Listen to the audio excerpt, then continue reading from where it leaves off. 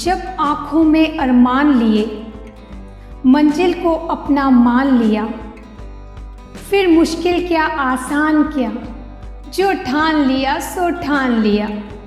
Hello guys, नमस्कार, जय जिनेंद्र। आप सभी का स्वागत करती हूँ अपने इस चैनल में सच्ची बात अच्छी बात विद आरजे नेहा के साथ। तो दोस्तों, आज जो मैं आपके लिए कहानी लेकर आई हूँ वो कोई मशहूर शख्स की कहानी नहीं है। वो आपको कहीं किताबों में ढूंढने से नहीं मिलेगी, कहीं गूगल पर सर्च करने से नहीं मिलेगी। वो कहानी है आपके और मेरे जैसे एक आम इंसान की। जी हाँ, जो कभी अर्श पे था और अर्श से फर्श पर आ गया और फिर उसने फर्श से अर्श तक कैसे सफ़र तय किया, वो मैं आज आपके साथ शेयर करने वाली हूँ। तो चलिए बताती हूँ बात उन दिनों की जब मैं कॉलेज में हुआ करती थी। और कॉलेज लाइफ हम सब की बड़ी रोमांचकारी होती है। वही खाना पीना, घूमना फिरना, पढ़ना लिखना, मूवी देखना, क्लासेस बंक करना, यही हम सब करते हैं। मेरी भी लाइफ कुछ ऐसी ही चल रही थी। और जब भी मुझे कुछ टाइम मिलता, मैं अपने फ्रेंड्स के साथ एक पार्क में जाया करती थी, जो हमारे शहर का सबसे खूबसूरत पार्क हुआ करता था। उस पार्क में अक्सर लोग मॉर्निंग इवनिंग वॉक के लिए आया करते थे और बहुत सारे लोग जब शाम में अपनी फैमिली के साथ आया करते थे खाने पीने के लिए, क्योंकि वहाँ पे बहुत सारे ठेले लगे होते थे और बहुत सारी शॉपें थी जहाँ पे आइसक्रीम, पानी पूरी, भेल पूरी सभी मिला करते थे।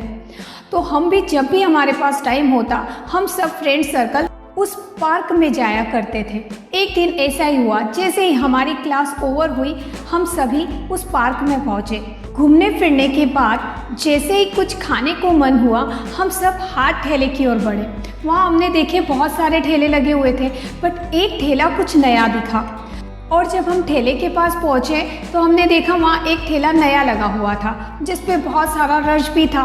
तो हमने सोचा यहीं ऑर्डर दिया जाए। जब ऑर्डर दिया, फूड आया और हमने खाया तो वो बहुत एक्स्ट्रा ऑर्डिनरी नहीं था, बट हाँ, बाकी ठेलों से काफ़ी अच्छा था। बट जो बात हमने वहाँ नोटिस की वो यह थी कि वहाँ पे एक आदमी और एक औरत दोनों काम कर रहे थे। तो हम सबको बड़ा अजीब सा लगा। बट इसमें अजीब बात ये थी कि हमारे छोटे शहर में ऐसा हमने पहली बार देखा। आजकल तो ये देखने को मिलता ही है। तो मेरे माइंड में बहुत सारे सवाल उमड़ घुमड़ करने लगे। उन सवालों को शांत करने के लिए हमने उनके बारे में कुछ जानकारी निकाली। तो पता चला कि दो जनाब उस ठेले पर फूड सर्व कर रहे हैं, वो कभी इस शहर के बहुत बड़े बिजनेसमैन हुआ करते थे। करोड़पति बिजनेसमैन में वो आते थे। बट कुछ गलत डिसीजन की वजह से उनका बहुत बड़ा नुकसान हुआ और घर, गाड़ी, प्रॉपर्टी, बैंक बैलेंस सब चले गए। और आज वह यहाँ ठेला लगाकर अपना जीवन यापन कर रहे थे। यार, हमने सोचा किस्मत भी इंसान से क्या क्या करवाती है, कहाँ करोड़पति और कहाँ लोगों को फूड सर्व कर रहा है।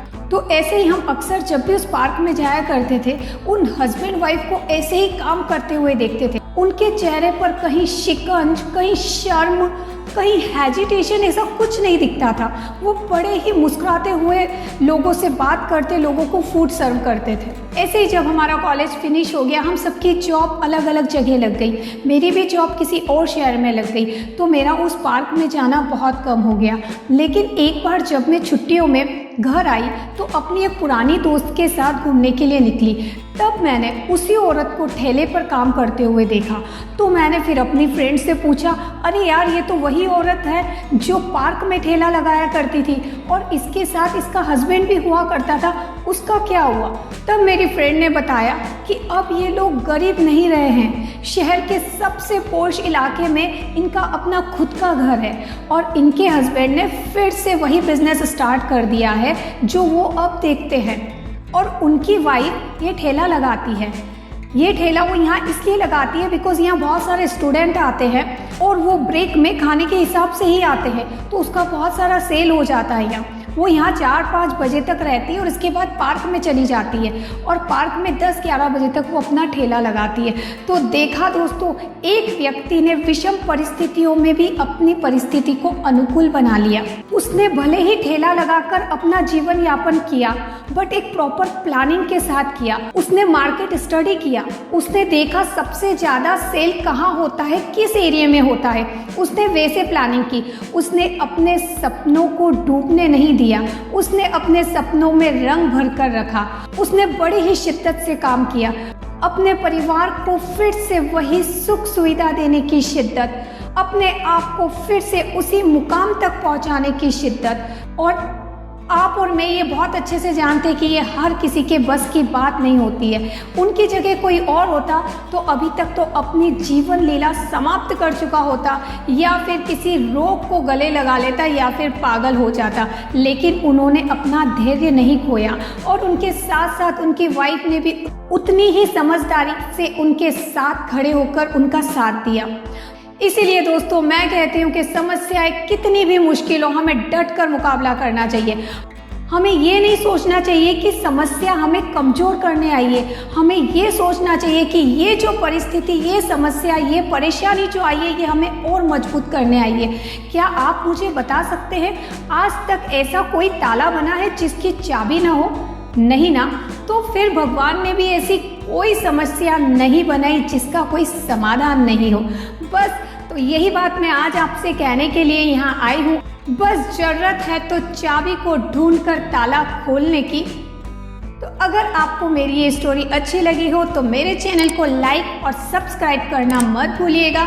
मैं आपसे मिलती हूँ अगली स्टोरी में, और आप हंसते रहिए, मुस्कुराते रहिए, स्वस्थ रहिए, मस्त रहिए।